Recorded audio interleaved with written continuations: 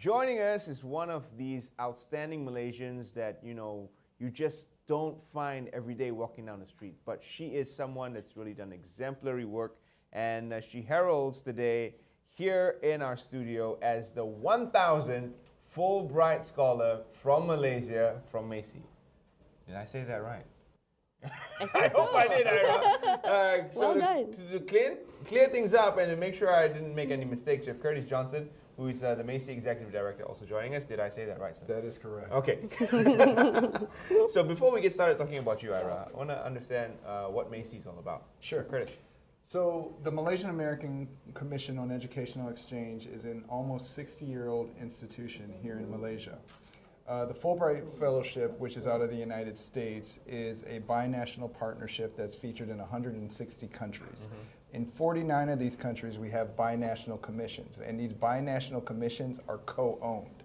So it's not just the American government that puts forward this program, it is the Malaysian government as well. My boss is Malaysian. In my job, I am Malaysian-American.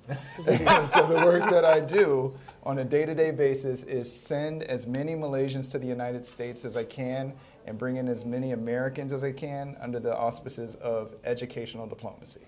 Wow. So what are the qualifications like to qualify to be a Fulbright scholar? That's a great question. A lot of people in Malaysia think it's a prestigious award, but one of the things we're really working on is opening access. Access and prestige are not mutually exclusive. There are 12 different programs under MACEE that we offer for Bring Americans to Malaysia, and 8 different programs that could be for undergraduate students, PhDs, public school teachers, are Malaysians that can go to the United States. So if you're in education, we probably have a program for you. Nice. So the 1,000th Malaysian to qualify for such a program is you, Aira. How did you feel when you were first notified of the award? Well, it has been an ambition of mine to apply for Fulbright, because of course it's an exciting opportunity. So when I was told that I received the award, I was very excited and really humbled by this opportunity to be able to learn as much as I can and to make the connections I think that we need and bring that knowledge and opportunity back to Malaysia and hopefully get more Malaysians to apply. Yeah. So what will you be pursuing in the United States? So I will be doing the Fulbright Professional Exchange Program at the University at Albany, which is part of the State University of New York. So Albany is the capital city of New York, not New York City. There's a fun fact for you. There you go.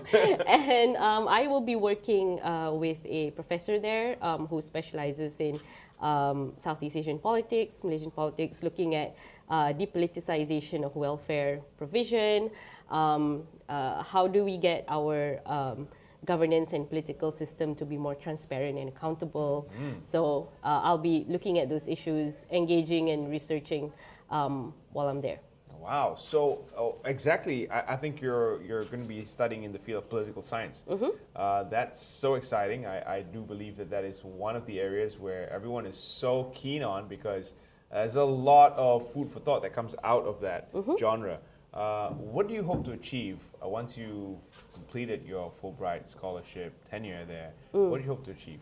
So I hope to learn about how how Malaysia as we're still a young democracy, 65 years, and at this stage of our development and of our democratic maturity, how we can get some lessons from a democracy that has existed far longer but is also far from perfect, right? So what kind of lessons can we learn from that, and how can we take those lessons and apply them in Malaysia, and also what we should not do as well, right? So I think that would be a really exciting opportunity, and also just to engage in the kind of scholarship on political science that I think is a lot more robust, I think, over there, and try and bring some back home. Well, that's quite a conversation that you're going to be having when you get back with all those ideas in your head. Can you tell us a little bit about the access that you were talking about earlier, Curtis? Yeah, no, I'm happy to. Access is having anybody who's capable have the opportunity to go. And the thing is, our Malaysians that go, it's not just a learning experience, it's a teaching experience as well. We really believe in exchange. And the exchange is, you know, I think when a lot of Western countries, people come from these, you know, Southeast Asian countries and they say, well, I'm here to learn. Well, also they are too. And you know, again, what she's bringing from Malaysia is just as powerful and as impactful to the United States and vice versa. And so what we're looking for is we're looking for people who have fire and energy and passion in whatever field they're in. And we want them. We want them to come and experience education in the United States, to be active contributors to what they're doing in the United States, and come back and just continue to be the rock stars that they are. As someone with that fire and that rock star in you, well, I'm sure you didn't just one day wake up and get a letter in the mail saying you're a Fulbright scholar. There was a process to it. Yes, definitely. Talk to us about the process. So maybe I'll just start with how I learned about Fulbright, right? So I learned about this program through an alumni who did the same program at the same university, and you know, I was so intrigued and was just so excited by that prospect, and I was always keeping a lookout for the application process. So yeah, once that opened up, I had to fill in an application form, which included writing a proposal as well on the kind of research that I wanted to do, who I wanted to do it with, and where. So I had to do all of that, fill all of that in, and then there was an interview with Curtis and also a representative from MACEE and alumni. And once I got through that, and then the offer came in. So yeah, so you know, going back to the question of access, you know, I would also like to emphasize that you know, the process is doable. You know, Malaysians are, you know, great and capable, and it would be really great to see more Malaysians apply and go through that process. So it's just about taking the initiative to try. Yes, and, exactly. And get that process done. I do believe that involves a lot of work. What's your background like, Aira, before you actually came into this sphere and before you actually became interested in political science? What made you who you are? So I actually did my studies in law, but I didn't really wanted to practice law at the time. So I then decided to go into civil society, work in a think tank called IDEAS, Institute for Democracy and Economic Affairs.